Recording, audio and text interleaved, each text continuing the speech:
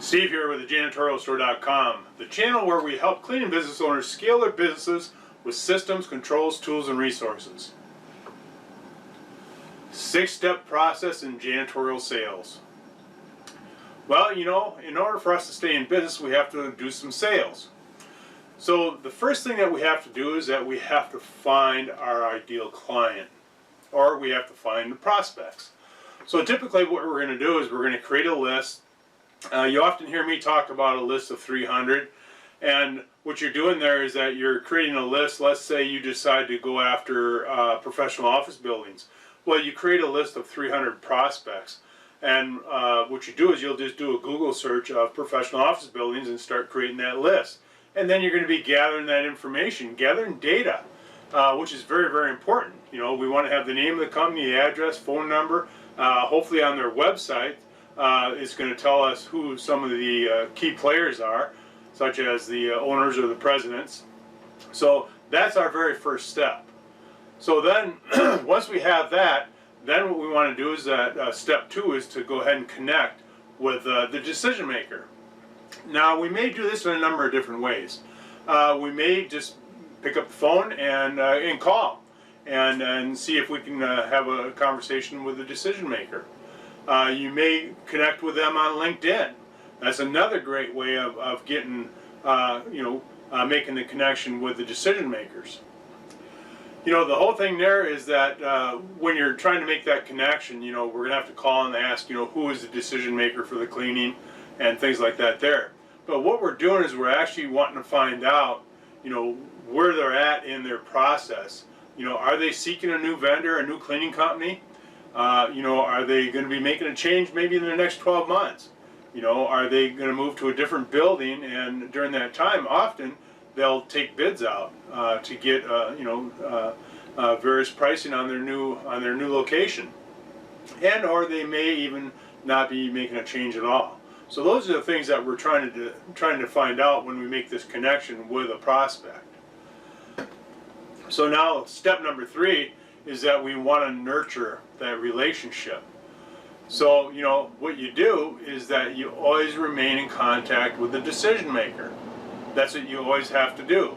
So in order to accomplish this, what you do is that you can send out emails, you can talk to them on the phone, you can send them some blog posts, white papers, case studies, things like that there.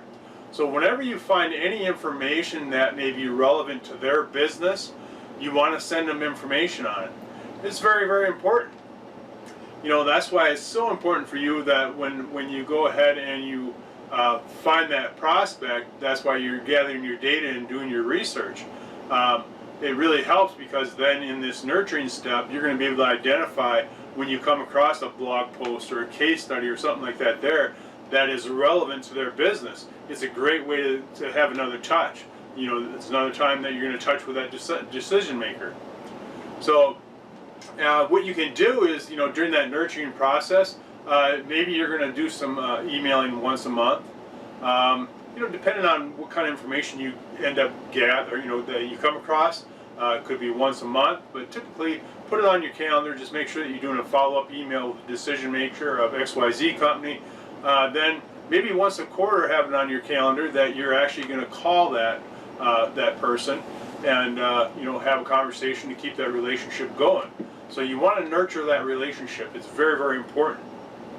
Number 4, what we want to do is that we're going to engage with the prospect. So what I mean engage is that we're going to actually meet with that prospect, and typically we're going to meet them at their facility, and through our conversation, hopefully we're going to be able to do a walkthrough, because we want to do a walkthrough to gather the information that we need to put a proposal together. And that's the whole idea about step 4, is when we engage the prospect, we meet with the prospect, we're gathering additional information that we might not have gathered in our other 3 steps. So in some cases, what will happen is that you'll actually uncover that maybe this isn't a good fit for you. And that's okay, you know, but that's really it's important that we have to identify that the prospect is a good fit for us.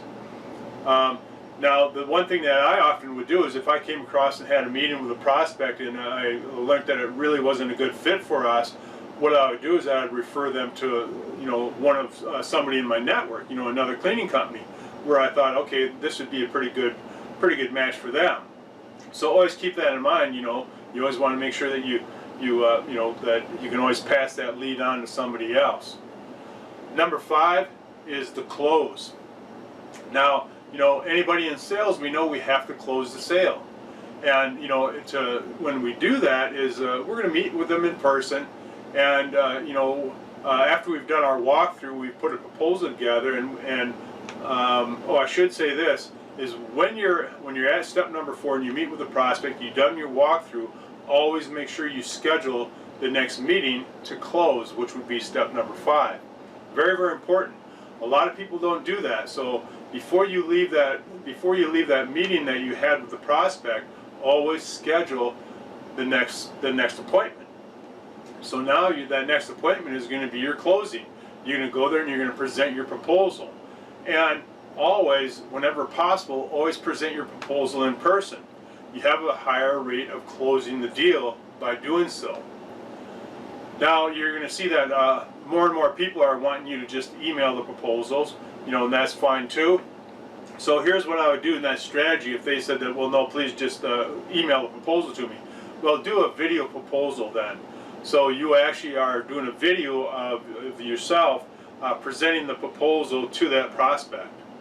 So that's one strategy you can use.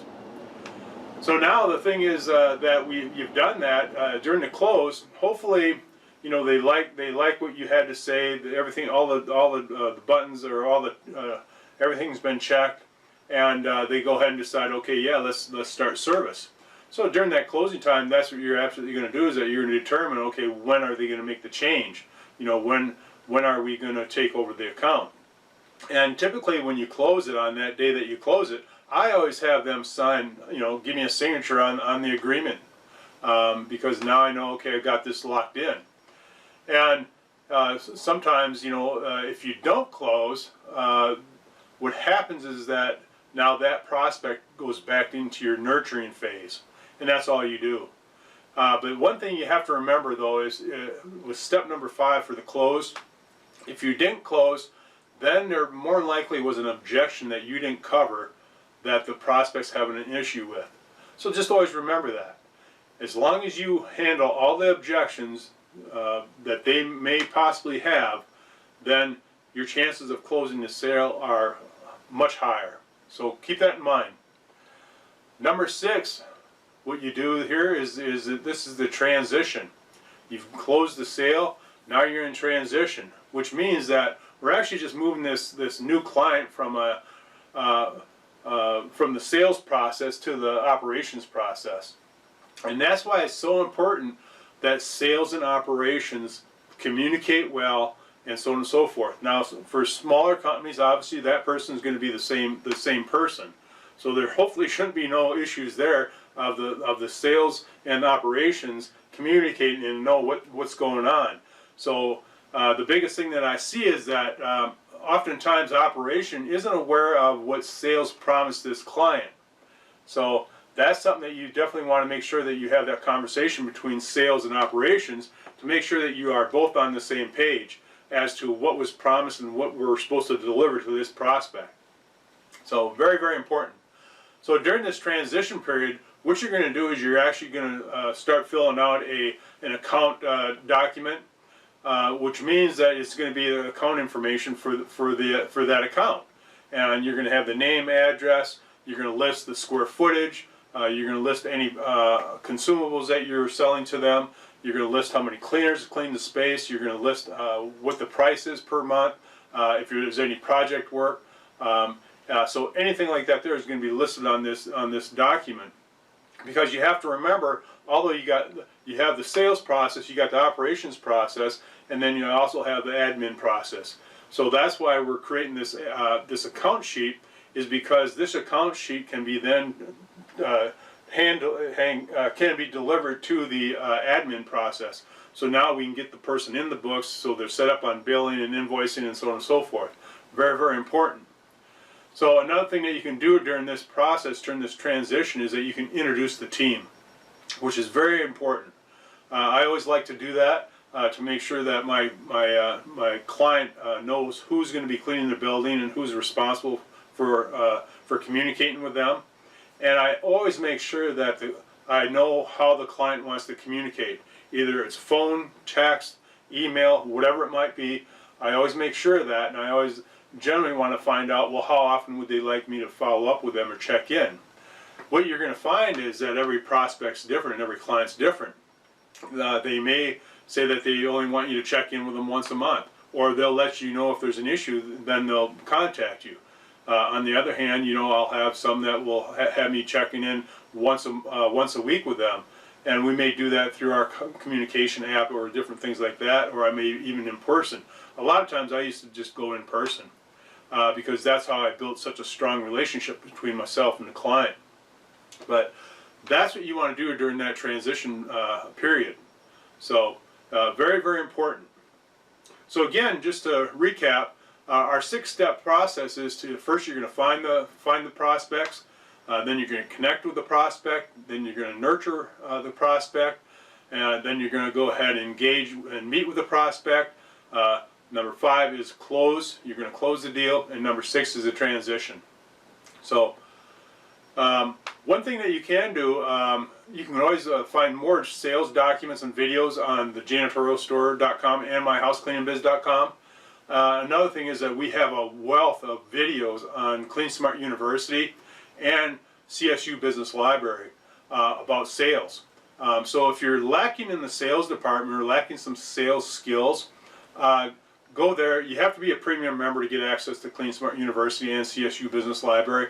But like I say, we have a wealth of training videos on sales and that will really help you become a very good salesperson.